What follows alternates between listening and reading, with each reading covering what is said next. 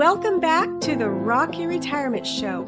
I'm your host, Kathy Klein, and today we're talking about a report that came out that discussed the fact that 85% of baby boomers plan to work until their 70s, and some even plan to work until they're in their 80s. Now, you probably already know that when I started this show back in 2016, it was because I was personally having a difficult time with the idea of retiring.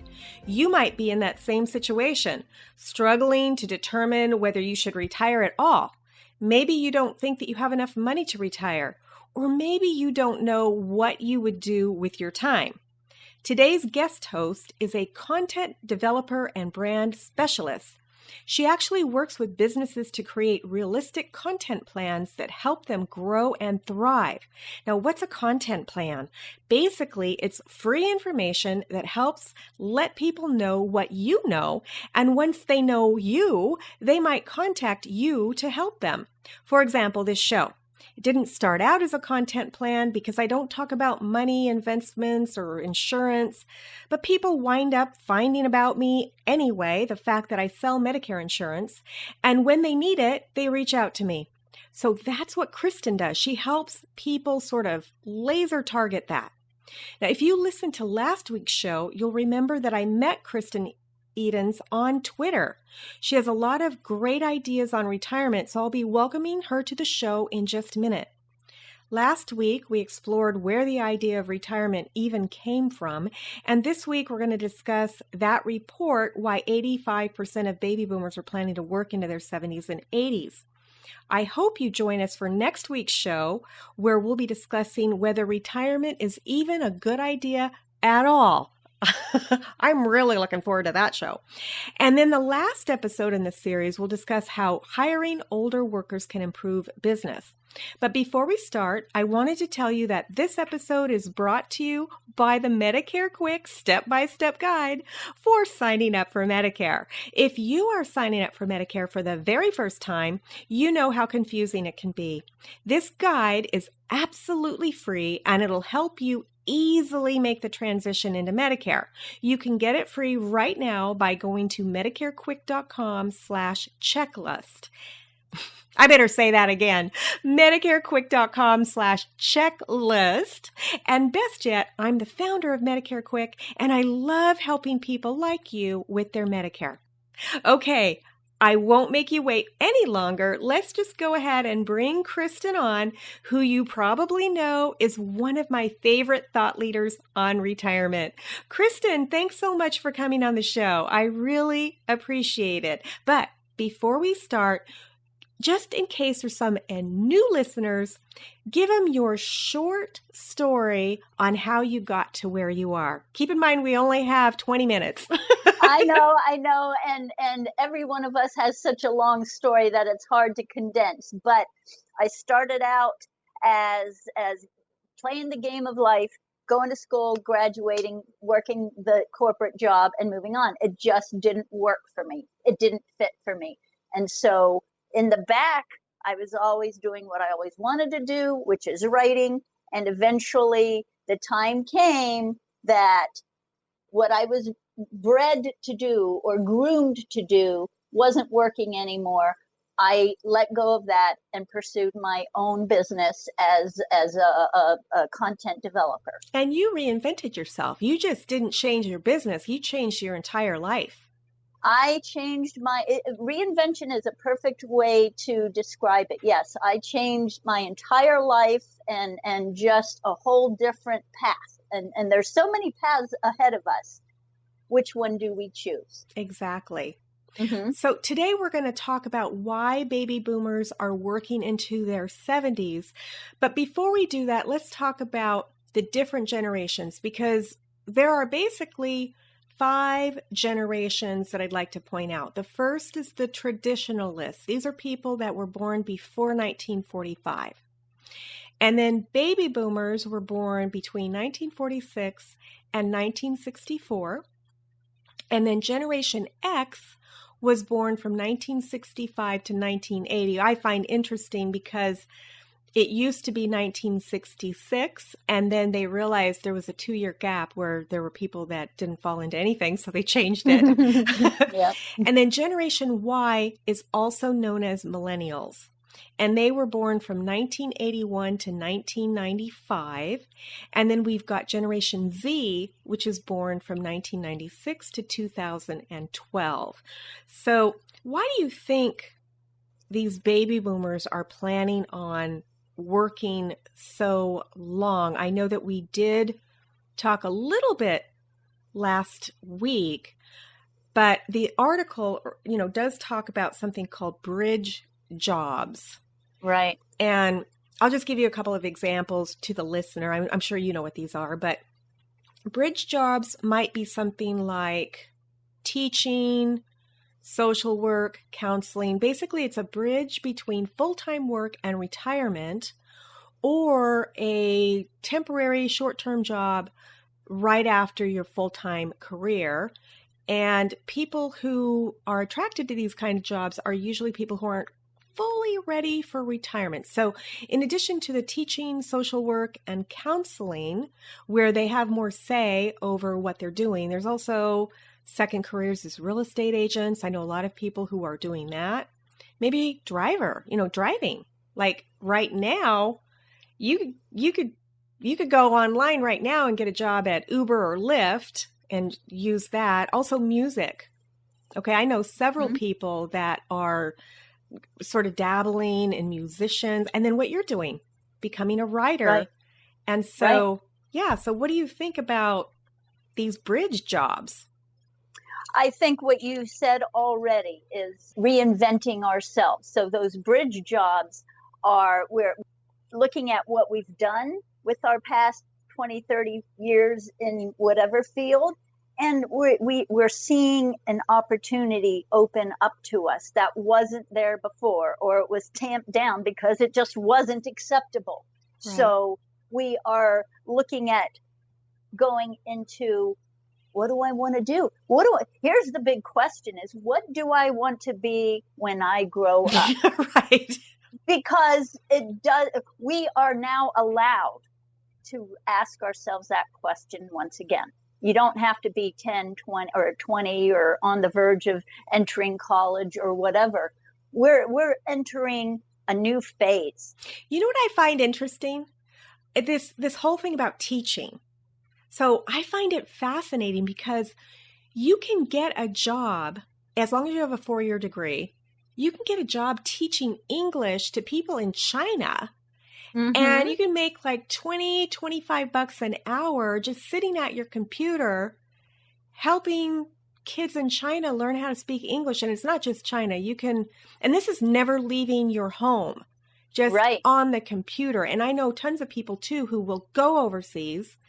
They'll go to the Middle East, or they'll go to China, or they'll go somewhere, and they earn more money than $25 an hour. But then you've got expenses, too. You've got to pay for, especially in the Middle East, I've heard that it's really expensive to live there.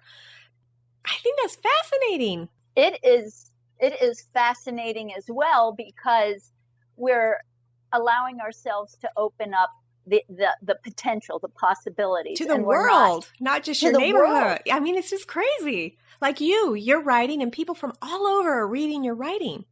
Not just in your hometown. That's right. And what's fascinating, I have readers in Australia, in Ireland, in Bulgaria, and it's just fascinating to get responses from them. Hey, I live in Bulgaria and love what you have to say, because those retirees or pre-retirees are experiencing the same thing. Are they? Yes. I thought it was mostly U.S. where we had this issue with struggling to retire. Nope. In fact, let's see, another article I sent you was, let me see, I have it. Okay, it was published from the Manchester Evening News out in England, and how older workers are filling a skills gap. And so now they're looking at it too, is because they don't want, the older employees in England do not want to retire as well. But they're getting the employers realizing, oh, wait a minute, you've got this wonderful pool of people ready and willing to work for Right. us. And we'll talk about that in that episode. Yes. Yeah. But so we've got so many people that want to work. Mm-hmm. What do you think's going to happen to the younger people? The Generation X and the Generation Y and the Generation Z. Do you think it's going to be difficult for them not to be able, maybe they won't be able to find a job because of this? That is one of the fears and myths that exist regarding that. Is there are a lot of job openings, job availabilities, and they're going to be looking for different classes of workers, but it's not going to be limiting one or the other. Especially if you're doing a bridge job, probably. Yes. If I get a job as a real estate agent, that's not going to prevent a young real estate agent from entering that field. If I get a job working for Uber, that's not going to stop a younger person from working for Uber, right? Or I guess you're self-employed when you're doing that. That is correct. If I'm writing, that's not going to stop you from writing, right? No. Because we're going to have different styles. I'm going to write different styles, different voices, different areas of expertise. And it's not just writing, and it's not just Uber. And it's interesting about what you say about the bridge workers, is that Uber is becoming one of those popular bridge opportunities. So somebody's coming out of the corporate world. They want to fill their time with maybe being an Uber driver as they're pursuing other things. But it's just the ability and the knowledge to be able to do and choose. I have a friend who's an Uber driver, and she consistently makes $1,000 a week as an Uber driver. And I'm like, are you kidding me? And the thing about using that as a bridge job is, think of all the people you get to meet and you get to talk to from all over the world, driving them back and forth. And even where I live in a 55 and older community now, and there are Uber drivers, we're behind a gate. So I was thinking, not just a gate, we've got a guard. And people just can't come in. And I was wondering, well, how is Uber and Lyft going to handle that? Because I currently, and I don't have a car. So when I moved here, I sold my car. I thought, you know what? I don't need a car. I hardly ever drove when I was in San Diego. And I'm just going to drive a golf cart. And so my husband thought I was crazy. I sold my car, almost paid for the move. Not quite. It was a plug-in Prius. So I bought it. It was quite a lot when I bought it, but I wound up selling it for $12,000, which is more than I would have gotten here in South Carolina. Because in South Carolina, they don't drive plug-ins.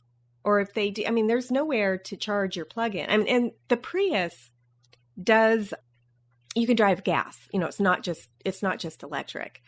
But I thought, well, if I'm going to sell my car, I better do it in San Diego, because I'm going to get a whole lot more money in San Diego than I would in South Carolina.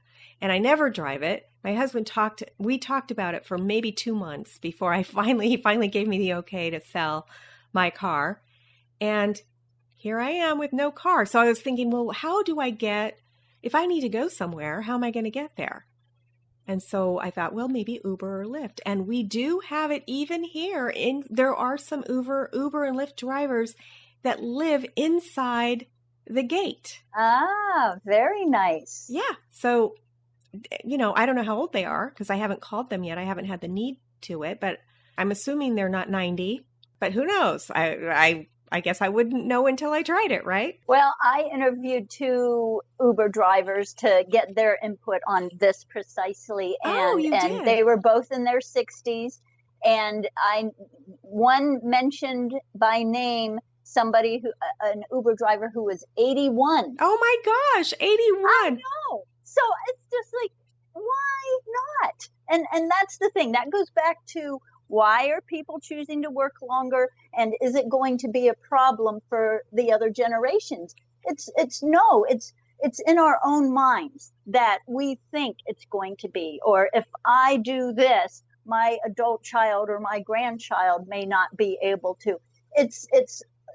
These are fears that are established from somewhere that just don't have any reality in life. Right, right. What else should we talk about? Let's see. What else was in this article? Oh, here we go. Even in this article, it says, I'm just going to read this because we should discuss this. Mm-hmm. There are negative misconceptions around older workers that must be dealt with. One persistent idea is that boomers are standing in the way of younger talent moving up in an organization. In Deloitte's 2018 Global Human Capital Trends Report, 15%, that's 1/5, of respondents believe that older employees were, quote, an impediment to rising talent, end quote. I really thought it would be higher than that. What did you think? It seems like that would be a higher percentage of thought, is that people believe that to be the case, especially with retirement age being 65 and people are refusing to retire or not wanting to retire. That's where that thought came from, is that you're holding us back. That you're holding us back, and there's this new wave of young talent coming in. You got to move out. But that's not true. It's just that myth. And here's the theory, or not the theory, here's the truth, though, is there are 14 million job openings available. Right. So there's got to be some for baby boomers and some for everybody else. To go around. It's just those fears. Fears like this: 15% of respondents believe that older employees are an impediment. No, just realize that there are more jobs than there are people available. And older workers might fall into different categories. You might want to work, but maybe not full time. I mean, in addition to the bridge worker, we've got some other types, which we'll explore quickly because we're almost out of time. We've got the alumni workers, the tenured workers, gig workers, encore workers, and self-employment. So alumni workers are people who they left and then they came back, right? Right. And, I mean, I've heard of that, but usually I haven't heard a lot of that in retirement. Actually, no, I have. I've heard of people retiring and then coming back to work. Right. And it's like you say, though, they retire, they expect to live the retirement, but then it's not what they thought it to be, or they're bored, or it's just not giving them the social interaction. And they realize, maybe I could go back as a consultant. Or maybe a lot of them part-time or something. Yeah, a part-time. So that's, and they go back to their old job or their previous job, and usually are welcome back, because what the older employee brings is the wisdom, the experience, and mentorship. Right, exactly. Now, I'm just going to go over the others real quickly because we are out of time. Yes, we are. Go ahead. So we've got tenured workers, which is phased. Basically, these are the people who they want to leave a legacy behind in their organization. And so they'll continue until they feel that the younger ones can take over. Gig workers, they just want to freelance. So they want to do a project at a time. I totally can relate to that. And then encore workers, a lot of times they are doing volunteer work and maybe civic service and things that maybe aren't paying what a full-time job would pay. And then, of course, we've got self-employment, and that's what Chris has done. So, so next week, we are going to be talking about whether we should retirement. So I hope that you join us for that episode. Kristen, how can we get a hold of you? Well, the easiest way to get a hold of me would be through my website, and that is www.kristenedens.com, and that's spelled KRISTENEDENS. Great. And we'll have a link to that in the show notes as well. So thanks again, Kristen, for coming on board. And for the listener, we'll see you next time on Rock Your Retirement.